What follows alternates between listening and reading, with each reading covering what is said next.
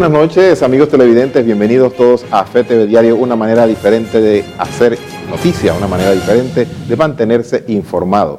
Bienvenidos sean a este servicio televisivo, les saluda su amigo Augusto Vanegas en compañía de Adaluz Sanjur.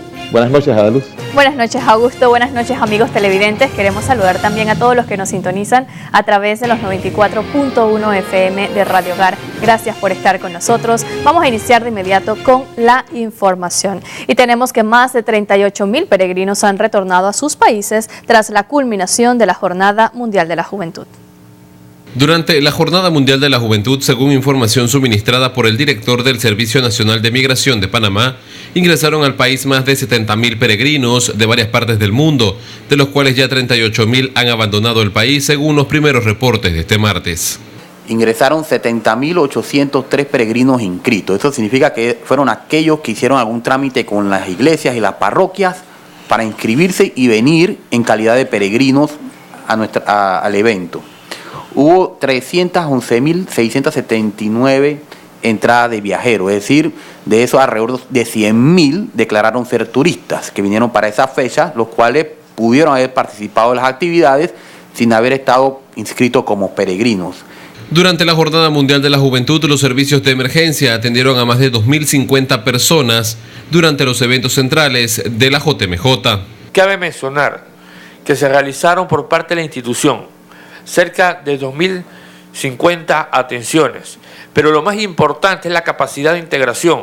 Cuando muchas personas, por golpes de calor, cuando veíamos a los equipos de emergencia caminar 300, 400 metros llevando personas, encontrabas el brazo amigo y hermano de equipos de la Fuerza de Tarea. Mis respetos a todo el componente de seguridad. La Fuerza de la Policía Nacional jugó un papel importante durante la Jornada Mundial de la Juventud, ya que se desplegó a nivel nacional una gran cantidad de unidades de la policía durante la prejornada y la Jornada Mundial de la Juventud que se realizó en nuestro país del 22 al 27 de enero.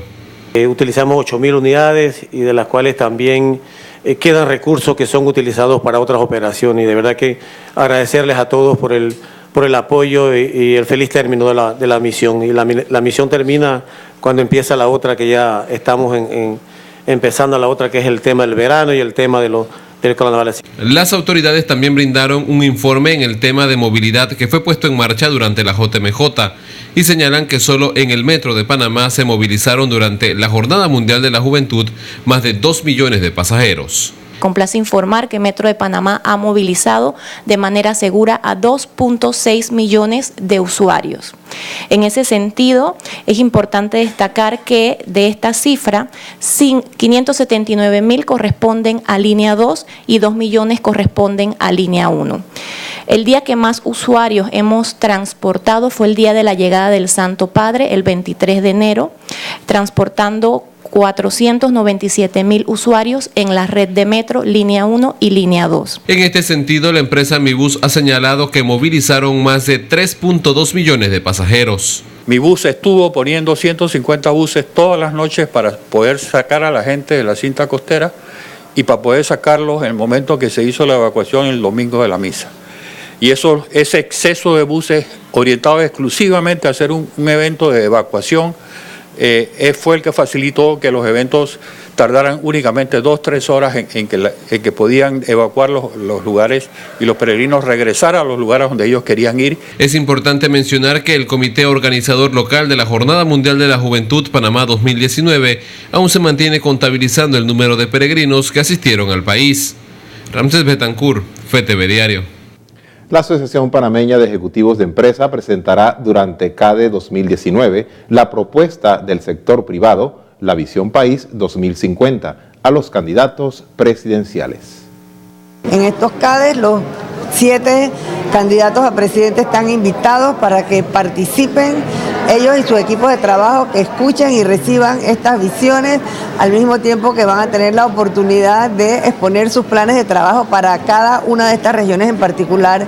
Y cerramos con el CADE nacional el 10, 11 y 12 de abril aquí en la ciudad de Panamá, en donde estaremos entregándole al país y a los candidatos la Visión País 2050. Bien, y precisamente los candidatos presidenciales firmaron el día de hoy el reto por la transparencia. Los niveles de corrupción en varios países del mundo parece haberse estancado según Transparencia Internacional, y es que destacan que la corrupción está contribuyendo a una crisis de la democracia a escala global. Ese martes, 6 de los 7 candidatos presidenciales firmaron el reto por la transparencia. Es decir, la lucha anticorrupción tiene dos partes. Es cierto, el castigo es necesario, la pena es necesaria, la justicia igual a todos es necesario, que acabe la impunidad es necesario, pero necesitamos también fortalecer las instituciones para evitar actos futuros. En ese sentido, Panamá está atrasada hasta cierto punto, tenemos leyes que están desfasadas, tenemos leyes que nos faltan, todo el paquete de leyes anticorrupción que no se logró pasar en esta administración, que no hubo la voluntad de pasarlas.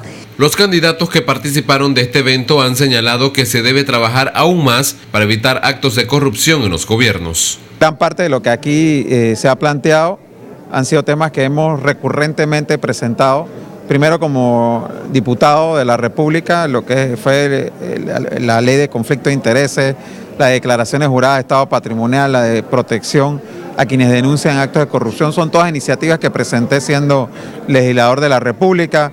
Como alcalde de la ciudad capital hemos implementado la carrera administrativa, siendo la única alcaldía del país que tiene carrera administrativa hoy en día.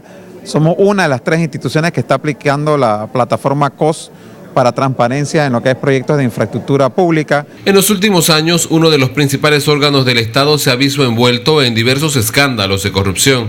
Y es esto lo que ha hecho que la población panameña haya perdido la confianza en la Asamblea Nacional. No hemos desincentivado al corruptor, no hemos castigado suficientemente al corrupto y no hemos hecho que la sociedad civil se empodere. Estos son estos pequeños actos, pero de una muestra de la población muy pequeña y muy informada.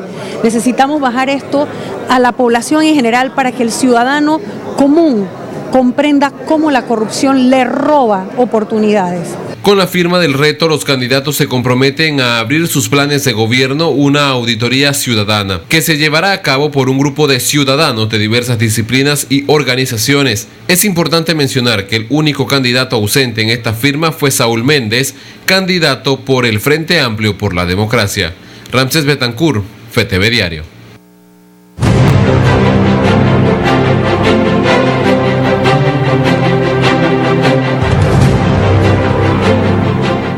Iniciamos nuestro recorrido por el mundo y los gobiernos de Francia y Canadá han ofrecido refugio a la cristiana Asia Bibi, absuelta por una acusación de blasfemia en Pakistán. El Tribunal Supremo de Pakistán abrió el martes la vía para que la cristiana Asia Bibi pueda abandonar el país, al mantener su absolución por blasfemia. Así se le puso punto final a años de batalla judicial de resonancia internacional. Bibi, una obrera agrícola de unos 50 años y con 5 hijos, fue condenada en 2010 por blasfemia, tras discutir sobre un vaso de agua con sus vecinas musulmanas. El Tribunal Supremo la absolvió el 31 de octubre de 2018 y el martes rechazó un recurso contra esa decisión, exigido por el imán de la localidad donde Asia Bibi había sido acusada. Bibi podrá ahora abandonar Pakistán, un país musulmán muy conservador, donde vive bajo protección por ser considerado un objetivo de los extremistas religiosos. Francia y Canadá han ofrecido refugio a la cristiana. El secretario del Tesoro de los Estados Unidos anunció la aplicación de nuevas sanciones a la petrolera estatal de Venezuela, PDVSA, para impedir que el presidente Nicolás Maduro pueda desviar activos de Venezuela. Estados Unidos aumentó la presión el lunes sobre el gobierno de Nicolás Maduro con sanciones a la petrolera estatal venezolana PDVSA. PDVSA ha sido por mucho tiempo un vehículo de malversación y corrupción de funcionarios y empresarios venezolanos.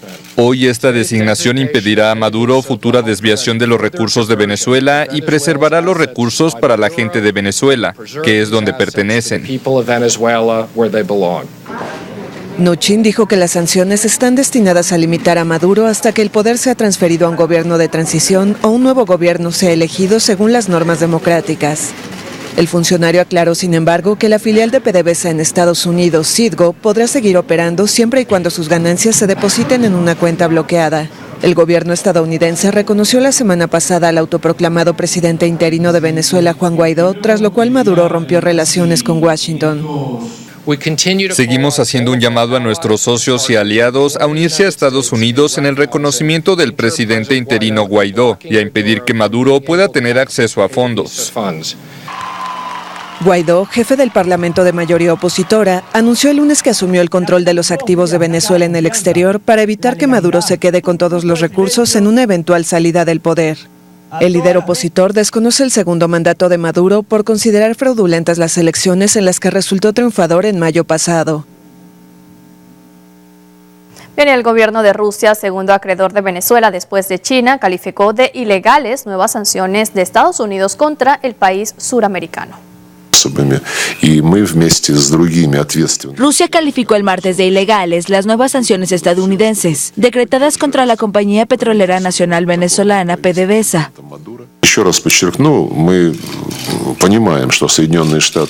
Entendemos que Estados Unidos, para decirlo sin rodeos, se ha obstinado y públicamente ha establecido un curso de cambio ilegal de régimen. Sin embargo, esto no altera la necesidad de respetar el derecho internacional con todos los medios posibles. El gobierno ruso reiteró su apoyo al que llamó el presidente legítimo Nicolás Maduro. El lunes el Departamento del Tesoro de Estados Unidos impuso sanciones a PDVSA, la principal fuente de ingresos de Venezuela, y determinó que las ganancias de Citgo, su filial en el país norteamericano, se depositen en una cuenta bloqueada. Rusia, segundo acreedor de Venezuela después de China, es un importante apoyo político y financiero del país, asfixiado por una profunda crisis económica. Moscú ha invertido miles de millones de dólares en hidrocarburos y armas en Venezuela. Los gobiernos de México y Uruguay plantearán ante la Organización de las Naciones Unidas un diálogo para Venezuela. México y Uruguay presentarán ante Naciones Unidas sus propuestas de diálogo para buscar una salida a la crisis política de Venezuela. El canciller venezolano Jorge Arreaza informó el lunes que funcionarios de esos países se reunirán con el secretario general de la ONU, Antonio Guterres, quien la semana pasada abogó por un diálogo para evitar una escalada que derive en un conflicto. Necesitamos buscar una salida aquí está la salida, única salida posible, así como ha hecho el presidente Andrés Manuel López Obrador cuando le preguntan, ¿y por qué usted reconoce al gobierno del presidente Nicolás Maduro? Porque mi constitución me obliga. La crisis venezolana se agravó tras la autoproclamación como presidente interino del jefe del Parlamento de mayoría opositora, Juan Guaidó, reconocida por Estados Unidos y varios países de América Latina. 35 personas han muerto y 850 han sido detenidas en protestas opositoras en la última semana. Maduro se declaró dispuesto a reunirse con Guaidó, pero el líder del legislativo aseguró que no se prestará a un falso diálogo. México y Uruguay, que no reconocen a Guaidó, plantean una negociación que sería el quinto acercamiento entre chavismo y oposición, tras 4 intentos fallidos desde 2014. Y el gobierno brasileño informó que tras una cirugía abdominal el presidente Jair Bolsonaro se encuentra clínicamente estable, consciente y sin dolor. El presidente brasileño Jair Bolsonaro fue sometido el lunes a una cirugía para retirarle la bolsa de colostomía que le habían colocado tras recibir una puñalada durante un mitin de su campaña presidencial en septiembre pasado. Al momento, el paciente se encuentra en la unidad de terapia intensiva. Clínicamente estable, consciente, sin dolor, recibiendo medidas de soporte clínico, prevención de infección y de trombosis venosa profunda. Según el hospital israelita Albert Einstein, la operación de reconstrucción del tránsito intestinal se extendió de 3 a 7 horas, pero se realizó sin imprevistos y sin necesidad de transfusión de sangre. El presidente tenía a causa de las otras cirugías una cantidad muy grande de adherencias. Es lo que el boletín transcribe de forma técnica. Y esas adherencias exigían una verdadera obra de arte del cuerpo médico. Bolsonaro se manifestó poco después en Twitter con un mensaje sin texto y 3 símbolos. El mandatario estará en estricto reposo durante 48 horas y deberá permanecer hasta 10 días en recuperación. El vicepresidente Hamilton Mourão asumió temporalmente como presidente interino, pero se prevé que el miércoles Bolsonaro recupere sus atribuciones y empiece a trabajar desde el hospital. Y luego de este recorrido internacional llega el momento de hacer nuestra primera pausa para anunciantes. Así es, Toda Luz, amigos televidentes, no le cambie porque al volver tendremos una entrevista con invitados muy especiales que estuvieron muy de cerca, cara a cara, con su santidad Papa Francisco en Panamá. Volvemos.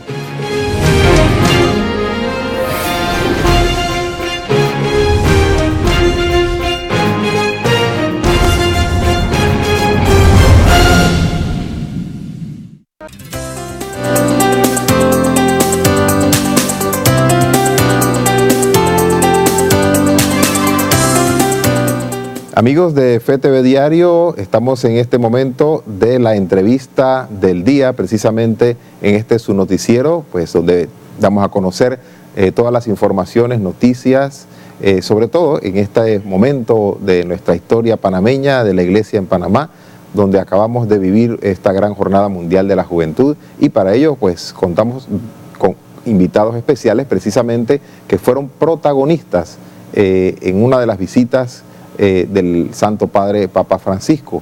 Pues a mi mano derecha tenemos a Raúl Tugri, también residente de el hogar Casa El Buen Samaritano, así es. Y a mi izquierda tenemos a Eric Rodríguez, quien es el director, el coordinador de esta Casa Hogar Buen Samaritano. Bienvenidos. Gracias por estar aquí presentes. Muchas gracias por la invitación.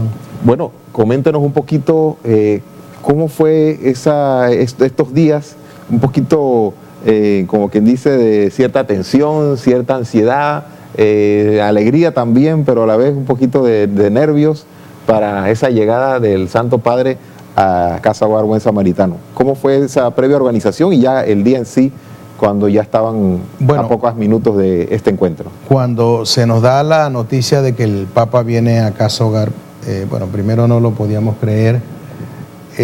Una vez que ya asimilamos eso, entonces empezamos a prepararnos espiritualmente. Nosotros cada 22 hacíamos jornadas de oración, también hacíamos hora santa, Eucaristía, y siempre poníamos en intención pues la Jornada Mundial de la Juventud. Lógicamente también teníamos que hacer adecuaciones estructurales por el tema de romper las barreras físicas. Sin embargo, pues cuando se nos fue acercando la hora, había noches que no se podía dormir porque había que tener muchos detalles cerrados pues para esta actividad.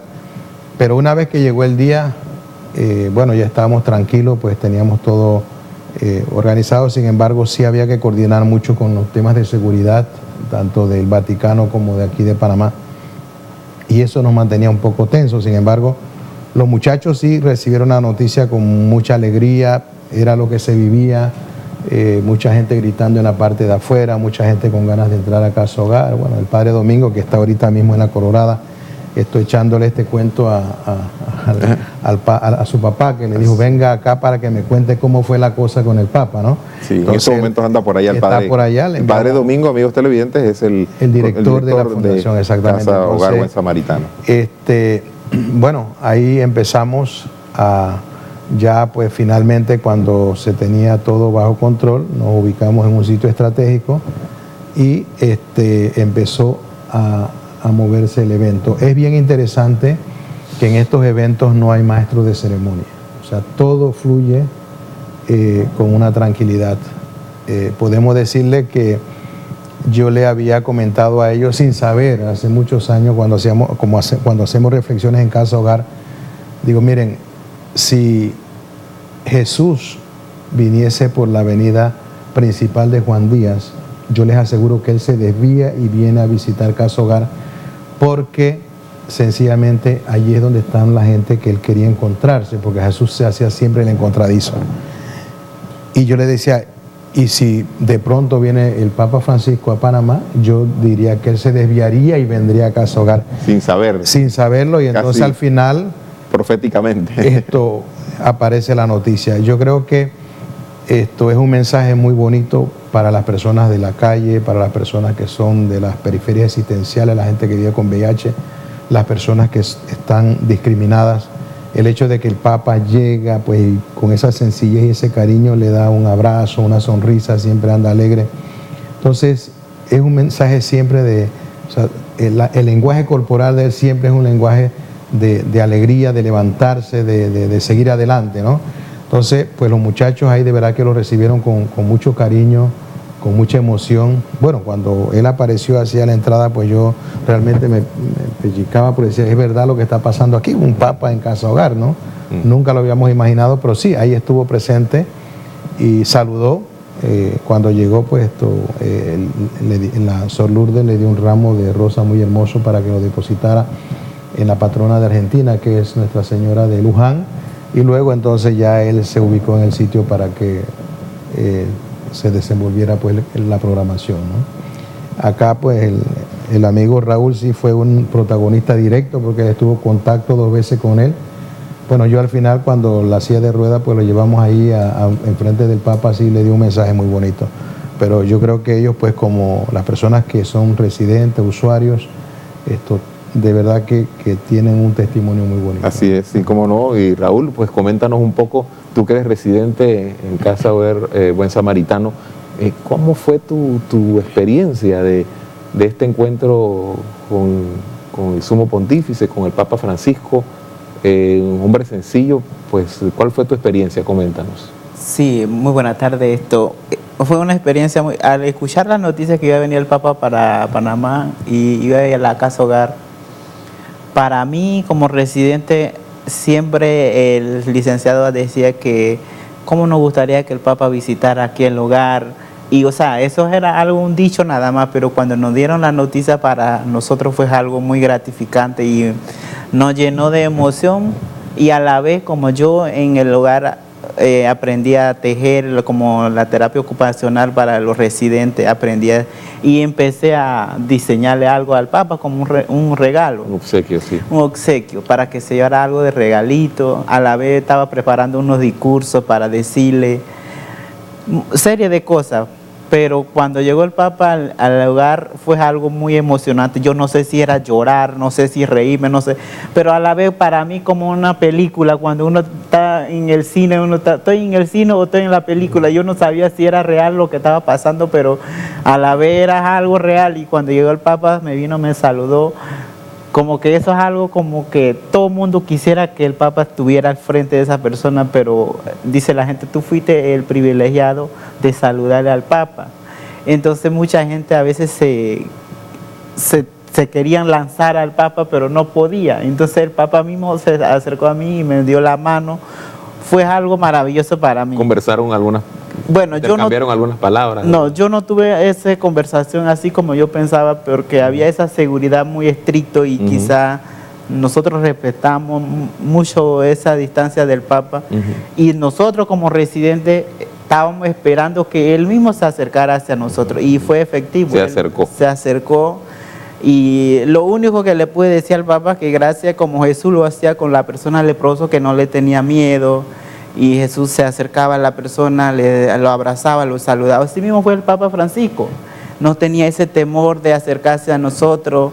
Me vino, saludó 2 veces, me dio la bendición. Fue algo para mí que me llenó mucha de emoción porque yo creía que el Papa era una persona que muchas veces la gente se pone a hablar mal de él y sin saber. Y al contrario, cuando uno ve al Papa de frente, es una persona sencilla, humilde, y no tiene ese temor de venir a hablar y dio un mensaje muy claro a la juventud aquí hoy en día en Panamá que muchas veces discriminamos y nos hacemos vista gordo, vemos a la gente que sufre y no pensamos en eso. Exacto. Y creo que el Papa dio esos mensajes muy positivos en el hogar. Y Raúl, en ese sentido, pues confeccionaste un obsequio. ¿Cuál fue el obsequio? Bueno, yo confeccioné 2. Eran 2 bolsitas, uno de color de JMJ, que es color de Panamá, la bandera de Panamá, y la otra es color de azul rojo, que es color de Club de San Lorenzo de Almagro, del equipo de él. Del equipo de él. Pero la confección fue unas chácaras un poco típicas, ¿no? Exactamente, casi típicas, así como usan la gente de aquí de Panamá cuando van a bailar baile folclórico. Ajá, qué bonito, qué bonito. Inclusive yo le dije al Papa, yo quisiera que usted se lo pusiera porque esa es la emoción y ese es el sueño, que el Papa se lleva algo, un recuerdito de nosotros. Y a la vez le regalamos un cuadro que nosotros como residentes lo preparamos para él, que en vez bien es cierto, nosotros los residentes proyectamos toda la emoción de nosotros y los talentos que nosotros a veces, muchas veces, los desanimamos cuando nos diagnostican la enfermedad y ahí nos enseñan lo que es la terapia ocupacional y aprendemos a desenvolvernos los talentos de nosotros. Y entre todos los residentes, inclusive los administrativos, pusimos unos pinceles ahí y los regalamos al Papa. Cuando yo le di al Papa, tenemos algo para usted como residente casa hogar. Ay, está bonito, dice. Yo que sí. Y después le di la bolsita. Fue algo muy maravilloso para mí, pero yo quisiera que él se quedara un rato más, pero bueno, el tiempo era muy corto y yo sé que él ha andado muy cansado porque él acabado de terminar de dar una misa en Parque, ¿cómo que le dice? Metropar. Ajá. Y él se sentía cansado, pero lo importante es que él fue al hogar y eso para nosotros como residentes fue algo muy maravilloso. Para ustedes me imagino que es también dentro de ese proceso que llevan en la casa hogar, también de apoyo espiritual, de apoyo psicológico, de que ustedes puedan sentirse acogidos y aceptados en medio de su situación, de su enfermedad. Esto creo que del Papa también ha sido todavía algo fuerte para ustedes, que aumenta esa valía dentro de ustedes mismos, ese sentirse pues felices, hijos de Dios, sentirse libres, sentirse fortalecidos. Claro que sí, creo que eso nos motiva para seguir luchando, porque bien es cierto, no es cualquier persona que llegó al hogar. Papa es la figura de la iglesia, la Papa es la figura de toda la persona que da ese mensaje positivo a la persona más vulnerable, a persona más discriminada. Y cuando el Papa dio ese mensaje como fue a la cárcel, que muchas veces señalamos a la gente que está en la cárcel, decimos que no, él es culpable, él robó tal cosa, él mató a alguien. Pero exactamente, todos tenemos una segunda oportunidad. Y creo que el Papa fue a esos dos lugares para darle ese ánimo, para que esa persona piensa que existe una segunda oportunidad, hay que arrepentirse. Bien es cierto, todos cometemos errores, todos somos seres humanos y si uno nos arrepentimos, Dios nos perdona. Y creo que Papa nos fue dar esos mensajes, nos fue dar ese aliento de seguir luchando, perdonarnos en uno mismo y perdonar a otros amigos, perdonar a los hermanos y ver el sufrimiento del otro hermano. No podemos estar haciendo vista gorda, porque si hablamos de mal de otro, estamos haciéndonos daño a uno mismo, porque uno no sabemos, uno nos hacemos ciegos, criticamos y quién sabe si podemos caer en lo mismo o peor que esa persona. Así es, Raúl. Bueno, pues Raúl, lamentablemente, Eric, el tiempo es tan breve, pero vamos a tener un programa con ustedes seguro prontito para que puedan extenderse un poco más en esa experiencia que han vivido. Muchas gracias. ¿Tú eres de qué área, de qué región eres? Yo soy de la comarca Nove Uglé. De Nove Uglé, exactamente. Entonces, con mayor razón, ¿no? El Papa ha estado muy cercano también de las comunidades. Claro que sí, en la comarca de nuestro país. Claro que el Papa mandó un mensaje para la comarca, porque muchas veces la comarca no se toma en cuenta y creo que la JMJ fue algo muy, muy gratificante para el pueblo panameño, porque el Papa está mandando un mensaje muy positivo para la gente más olvidada. Uno hay que cultivar nuestra raíz y creo que el Papa mandó ese mensaje para la gente cuando se reunieron allá en San Lorenzo de San Félix. Algo muy importante. Creo que como residente de casa hogar y a la vez como paciente del VIH, a mí me gustaría mandar el mensaje para todo el pueblo panameño, inclusive para la comarca, porque bien es cierto, toda la gente me dieron la espalda a mí y a veces no en la enfermedad, yo no me siento mal de la enfermedad, sino es que por la discriminación, eso es que mata a la gente. El prejuicio. Exactamente, lo que deprime a uno es el rechazo de tu propia familia, eso es que te va acabando, uno va pensando porque nadie me quiere, todo el mundo me da la espalda. La enfermedad no tanto, la enfermedad tú puedes tomar su tratamiento, seguir, pero lo que es la discriminación, ese de señalar a ti que eres prostituta, que es promiscua, eso que te va acabando más, va destruyendo toda la persona, la autoestima de la persona. Pero la enfermedad del VIH no es tanto. Uno puede superar cualquier obstáculo, pero teniendo el apoyo de la familia, el apoyo de la sociedad, el apoyo como el buen samaritano, como Casa Hogar lo hace por nosotros, nos da esa fuerza, esa autoestima de seguir hacia adelante. Y creo que gracias a eso yo he podido avanzar bastante, tengo ya no me da miedo, me daba antes cuando me ponía en la cámara, me daba hasta que los pies me hacían así, ahora ya, o sea, ya esto como que ese miedo, ese de temor de decir tengo VIH, inclusive quisiera ayudar a la comarca, quisiera ayudar, mandar el mensaje a los jóvenes hoy en día, porque a veces no toman conciencia de la enfermedad y ellos andan haciendo su vida sin pensar en las consecuencias. Pues Raúl, muchas gracias por ese testimonio tan valiente, tan hermoso, que Dios te bendiga. Gracias, Eric, por este trabajo, esta labor que están realizando todos ustedes. Un presente aquí que dejó el Papa. Qué lindo, ¿eh? Miren qué privilegio, amigos televidentes. Es esto del mismo Papa, qué hermoso. Rosario, gracias. Y esto pues preparado en Casa Hogar como recuerdo y bendecido por el Papa, ¿no? Qué hermoso, ¿eh? Qué bello, qué bello. Estos son, es la mano de Dios que ha estado sobre Panamá en estos días y que siempre ha estado, pero se hizo de una manera más patente con la visita del Papa y va a seguir, y esperamos que esto siga transformando nuestra sociedad, nuestra mentalidad, que podamos tener una conversión y más amor y más comprensión entre todos los panameños. Así es. Sí, muchas gracias. Gracias entonces, amigos televidentes, continuamos con más de FETV Diario. Bendiciones a todos ustedes. Muchísimas gracias, Augusto, y gracias también a Raúl y Eric por acompañarnos de la Casa Hogar Buen Samaritano. Un abrazo y un saludo para todos los voluntarios y colaboradores de esta institución. Vamos a pasar entonces con las notas eclesiales.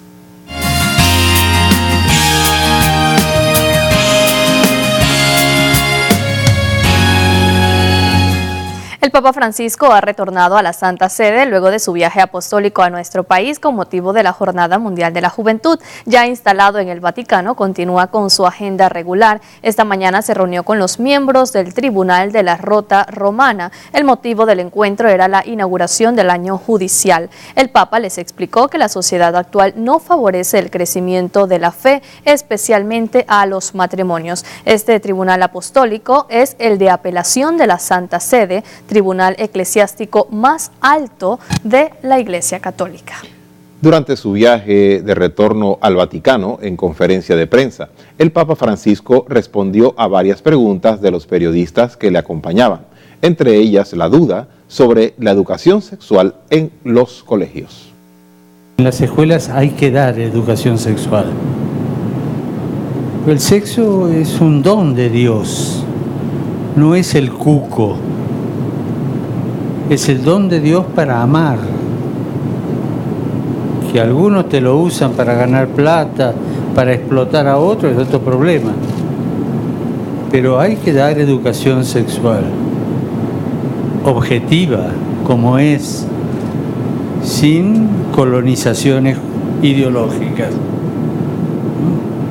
Pero si de entrada le das una educación sexual llena de colonizaciones ideológicas, destruís a la persona. Y la Congregación para la Doctrina de la Fe ha comunicado por medio de la oficina de prensa de la Santa Sede que uno de los sacerdotes que colabora con este dicasterio ha presentado su renuncia tras una denuncia de acoso sexual. Con este comunicado, el Vaticano ha anunciado que el sacerdote Hermann Geisler ha pedido abandonar su servicio en la Congregación para la Doctrina de la Fe. El sacerdote, que era el superior de la sección doctrinal de este dicasterio, dice que lo hace para limitar el escándalo y dice que es inocente. Le acusa a una mujer que perteneció a su congregación, la familia espiritual La Obra.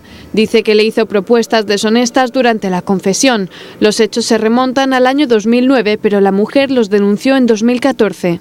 Según explica el National Catholic Reporter, la mujer recibió una carta de la congregación en la que explicaba que el sacerdote había reconocido que cometió gestos imprudentes en 2 ocasiones y que había pedido perdón por ellos, que había sido amonestado y que se le había requerido ser prudente y vigilante en el futuro. Sin embargo, en el comunicado vaticano, el sacerdote asegura que es inocente y que la acusación no es verdadera y pide que se continúe el proceso canónico ya iniciado.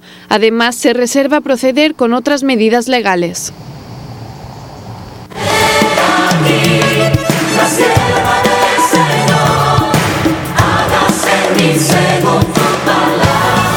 Y durante el viaje de retorno, el Papa expresó su sentir durante la JMJ de Panamá. La sierva del Señor, hágase en mí según tu palabra.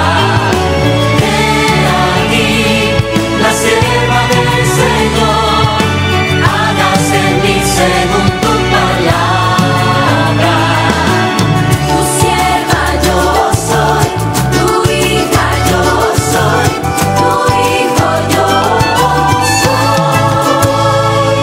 El termómetro de si un viaje llena las expectativas es el cansancio. Y estoy refiltrado. Ser como María, disponibles a salir. Iglesia peregrina con amor. Jóvenes testigos y discípulos con alegría, fe y vocación. La sierva del Señor, hágase en mí según tu palabra. Mi misión en una jornada de la juventud es la misión de Pedro, confirmar en la fe. Y eso no con mandatos fríos o preceptivos, ¿no? Sino dejándome tocar el corazón y respondiendo lo que ahí venía. Esto es como concibo la misión del Papa, ¿cierto? Y cómo la vivo yo. Hubo casos, por ejemplo, que se plantearon alguna dificultad de tipo dogmática y a mí no me sale contestarle solo la razón, me sale actuar de otra manera. La sierva del Señor, hágase en mí según tu palabra. He aquí, la sierva del Señor, hágase en mí según tu palabra.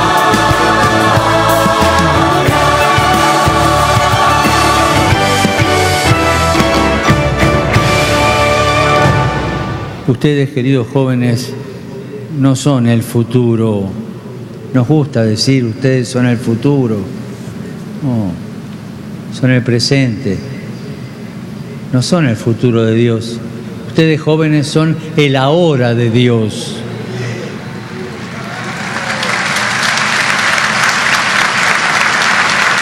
Bueno, palabras del Papa Francisco que siguen resonando en el corazón. Y seguimos con más información de la JMJ. Este sábado en la Catedral Metropolitana se realizará una misa de agradecimiento a los voluntarios y familias de acogida por su participación en la Jornada Mundial de la Juventud. Así lo ha señalado Monseñor José Domingo Ulloa. Las declaraciones de Ulloa se dieron tras la finalización de la primera misa presidida por el Arzobispo de Panamá en la Catedral Basílica Santa María la Antigua, tras la consagración del altar presidida por el Papa Francisco el sábado 26 de enero en el marco de la Jornada Mundial de la Juventud.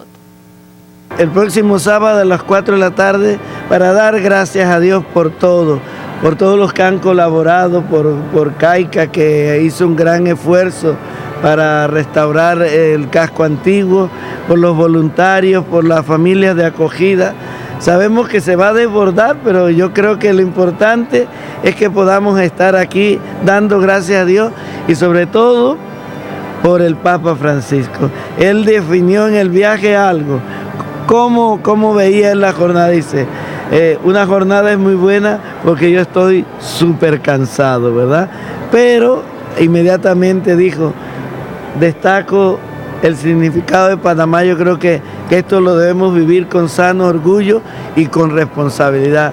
Panamá es un pueblo noble. Monseñor José Domingo Ulloa ha enviado un mensaje a los políticos panameños ante la llegada de la campaña electoral rumbo a las elecciones generales de mayo de 2019. Sí, yo creo que vivir, y perdonen con todo el respeto, que esta contienda no sea una contienda de politiquería. Politiquería es cuando yo solo estoy pensando qué beneficio puedo sacar yo para mí y mis allegados. Que esta sea realmente una contienda política, donde lo que prive es el bien común. Y un consejo con todo el respeto, no prometan tantas cosas. hagan lo que van a hacer. Yo creo que ya el pueblo no cree grandes discursos y lo hemos visto en esta realidad. Cuando un líder de verdad es coherente y la gente sabe, y aquí todos nos conocemos, se tiene la responsabilidad de ir cambiando. Y por otro lado, afinan detalles para festividades de San Juan Bosco que se realizará este jueves 31 de enero. Los devotos de San Juan Bosco se preparan para las festividades de este santo que se realizan el 31 de cada mes de enero. En la Basílica Don Bosco, en la ciudad de Panamá, ya se afinan detalles para esta gran fiesta que aglutina a una gran cantidad de personas, no solo panameños, sino también extranjeros. Este año de manera particular le queremos pedir a todos los panameños y panameñas que se pongan sus trajes típicos, esas hermosas polleras para las damas y los caballeros con sus trajes de gala. Si quieren hacerlo y tienen la buena disposición, tener una procesión muy elegante, porque vamos a ser el centro del mundo salesiano, nos van a ver en todos los países del mundo. Don Bosco es considerado el santo de los jóvenes y para Monseñor José Domingo Ulloa las festividades de este santo serán el punto final de la Jornada Mundial de la Juventud. Yo digo la posjornada porque todavía quedan aquí y yo creo que sobre todo este año la posjornada, podemos decir, concluye con la gran fiesta de Don Bosco, ¿verdad? Porque va a haber todavía muchos peregrinos para la fiesta de Don Bosco. Nos honra, Monseñor Ulloa, ¿verdad? Yo creo que sí, nosotros hemos continuado, todavía hay muchos jóvenes aquí en Panamá y varios de ellos se quedaron para vivir la experiencia del 31 de enero con la misa de San Juan Bosco. Esa misa de las 3 de la tarde va a ser una misa de acción de gracias por todas las bendiciones que recibimos durante la Jornada Mundial. Las festividades de San Juan Bosco tendrán un toque especial ese año, y es que durante meses se ha trabajado en la construcción de 2 proyectos importantes para la Basílica Don Bosco. Uno de ellos es el Museo de Don Bosco, en donde cuentan parte de la vida, misión y carisma del padre y maestro de los jóvenes. Además del museo también está habilitada la casita de Mamá Margarita. La casita es una réplica exacta de la casa donde creció Juanito Bosco en Ibecchi, Piamonte, Italia. Hemos abierto un museo que empezó a presentarse durante la novena de Don Bosco y ahora está abierto para el público todos los días de la novena y luego también en el día de Don Bosco, ¿verdad? Y tenemos la réplica de la casita de Mamá Margarita, donde creció Don Bosco. Es una réplica prácticamente exacta a la que tenemos allá en Turín, a la original, donde Don Bosco creció. En esa casa nació la santidad de Don Bosco. Durante este jueves 31 de enero se tienen programadas diversas actividades previas a la multitudinaria procesión de Don Bosco. Ramsés Betancourt, FETV Diario. Vamos a una pausa, amigos televidentes, pero al volver regresamos con nuestro compañero Alejandro Rodríguez con las notas deportivas. Así es, ya volvemos, no le cambia.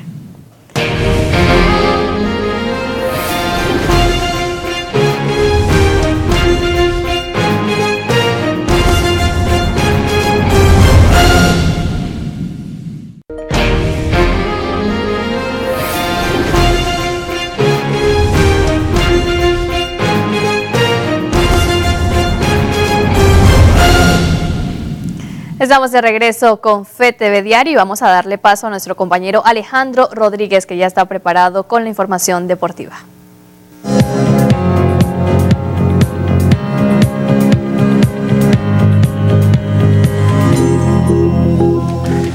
Sí, gracias, buenas noches, estamos listos para el fascinante mundo de los deportes. Vamos a iniciar de inmediato, estamos en modo LPF y es que el Sporting San Miguelito entrenó esta mañana en el estadio Bernardo Candela Gil, en dicho distrito, por espacio de 3 horas de cara al supuesto inicio del torneo Clausura 2019 de la LPF. Los académicos están en una situación complicada en el tema del descenso debido al mal torneo que tuvieron en la apertura, donde finalizaron de últimos en la tabla de posiciones, con jugadores como Rolando Escobar, Luis Ovalle, Jairo Yao, Humberto Guard, Jairo Jiménez y entre otros. Los académicos intentarán salvar la categoría e inclusive pelear por el título. Los dirigidos por Jair Palacios debutan este domingo en el estadio Luis Ernesto Cajarita Tapia ante el actual subcampeón de la LPF, el Costa del Este FC. Esta mañana estuvimos precisamente en el entrenamiento. Escuchemos reacciones luego del entrenamiento. Dándole gracias a Dios primero. Creo que el grupo ha venido trabajando conscientemente de la necesidad y la falencia del torneo pasado. Creo que hay un buen grupo para tratar de hacer un buen torneo. Bueno, yo creo que después de la sexta fecha hacia arriba creo que comienzo a encontrar más claridad del equipo. La continuidad del partido de alta competencia. Pero creo que el grupo va a arrancar primero Dios, clarito en cosas que hemos venido trabajando, en deficiencias que teníamos en el torneo pasado. Y creo que quinta fecha en adelante creo que el grupo va ganando lo que viene. Profe, anímicamente, ¿cómo está el grupo? Sabiendo que por ahí no fue el mejor torneo del Sporting San Miguelito del torneo pasado. Bueno, esa ha sido una de las cosas más difíciles que hemos tratado de superar, donde mentalmente se sienten fatigados por la falta de triunfo, demasiada ansiedad. Creo que el grupo ahí, la parte psicocinética, hemos tenido que trabajar mucho para que los muchachos traten de que la mente despejar lo anterior para poder recibir lo que estamos haciendo ahora. Muy bien, gracias a Dios. Hemos trabajado de muy buena forma. La pretemporada ha sido muy larga. Ya ha habido tiempo de trabajar lo que queremos y creo que esta semana solamente afinar detalles. Estamos a punto ya para el partido del domingo. Bueno, me siento bastante mejor, me siento físicamente ya bien, o sea, el profe Ama y los profes aquí, que no ha sido fácil, pero tampoco imposible. De verdad que es lamentable la situación actual de las instalaciones del estadio Bernardo Candela Gil, de verdad deplorable el actual estado de la cancha. Esperemos que el Sporting pueda trabajar por lo menos en el Cascarita Tapia, que está en mejores condiciones que el Bernardo Candela. Vamos a cambiar de tema, hay que hablar un poco de nuestra selección de Panamá, es que el día domingo no pudieron en su visita ante Estados Unidos y terminó perdiendo 3-0 en el State Farm Stadium.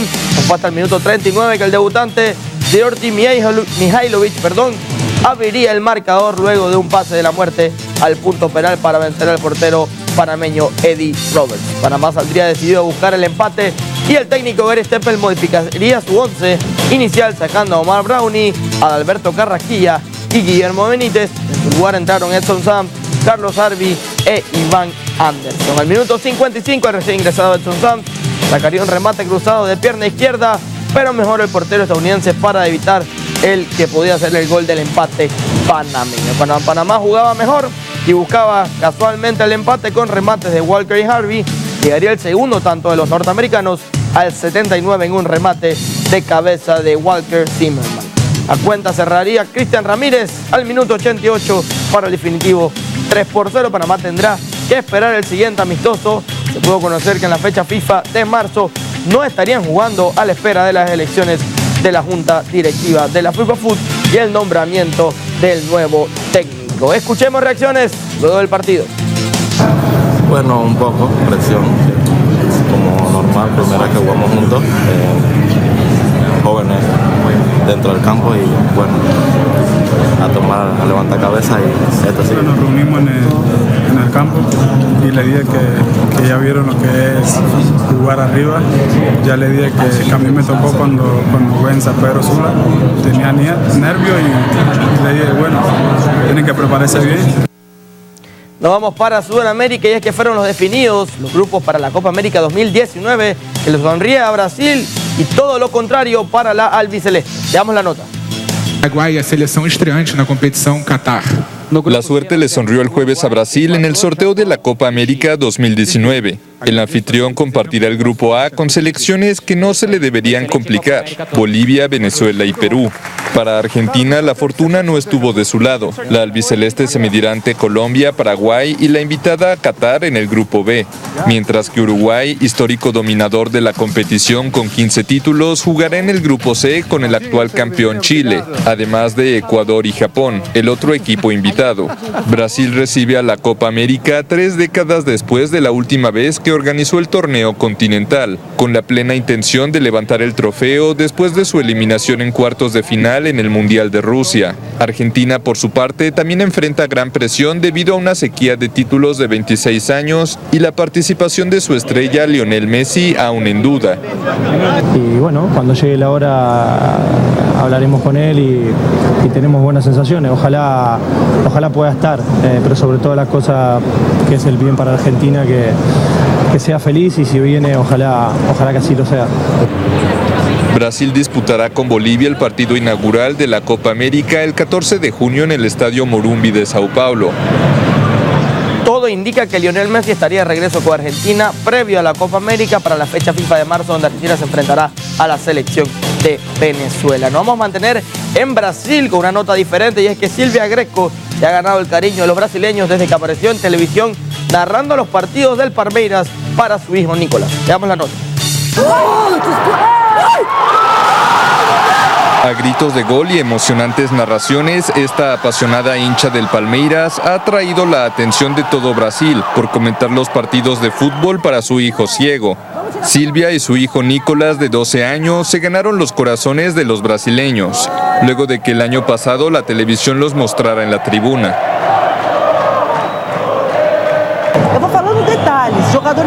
Le cuento los detalles. El jugador va de manga corta, el color de sus zapatos, el color de su cabello. Fue falta. Además de narrar la propia jugada, hago una mayor descripción para que él también pueda sentir el ambiente. Pero mi narración es de emoción. No soy profesional. Todo aquello que voy viendo y sintiendo se lo paso a él, incluso cuando necesito insultar al árbitro. Nicolás también tiene autismo. Su historia ha tenido tanto impacto que ha sido invitado junto con su madre a varios programas de televisión y hasta asistieron a un entrenamiento del Palmeiras. El padre de Nicolás y su hermana son hinchas de otros equipos, pero su madre logró convencerlo de apoyar a Palmeiras con la ayuda de alguien muy especial. Tuve el placer de conocer a Neymar, de llevar a Nicolás para conocerlo. Y Neymar levantó a Nicolás en sus hombros, él pasó su mano por su cabello, fue muy emocionante. Le pregunté a Neymar sobre a qué equipo le iba de pequeño y Neymar dijo que era palmeirense. Dije, ¿ves, Nicolás? Tu madre, tu jugador, entonces creo que tu equipo debe ser Palmeiras, y lo llevo al estadio. En esta ocasión, Silvia, Nicolás y algunos amigos con distintas discapacidades fueron invitados a un palco del Allianz Parque. Ella habla bien, sabe narrar, ella también conoce como nosotros. Al final, nadie se fue desilusionado. Palmeiras ganó 1-0. Bien, es lo que tenemos en Deportes para hoy. Recuerden, mañana estaremos desde el entrenamiento del Plaza Armador con más detalles de lo que será el inicio del torneo clausura de la LPF. Seguimos con la parte final del noticiero. Muchas gracias, Alejandro Rodríguez, por estas notas deportivas y por supuesto también felicidades, porque son bonitos ejemplos en Panamá, a seguir estos ejemplos de creatividad de parte de los padres de familia para con sus hijos, especialmente los niños y aquellos que están en situación de discapacidad. Así que felicidades, y de esta manera, amigos televidentes, ponemos punto final a este su noticiero FTV Diario. Esperamos el día de mañana, si Dios lo permite. Así es, gracias por acompañarnos, que tenga usted excelente noche.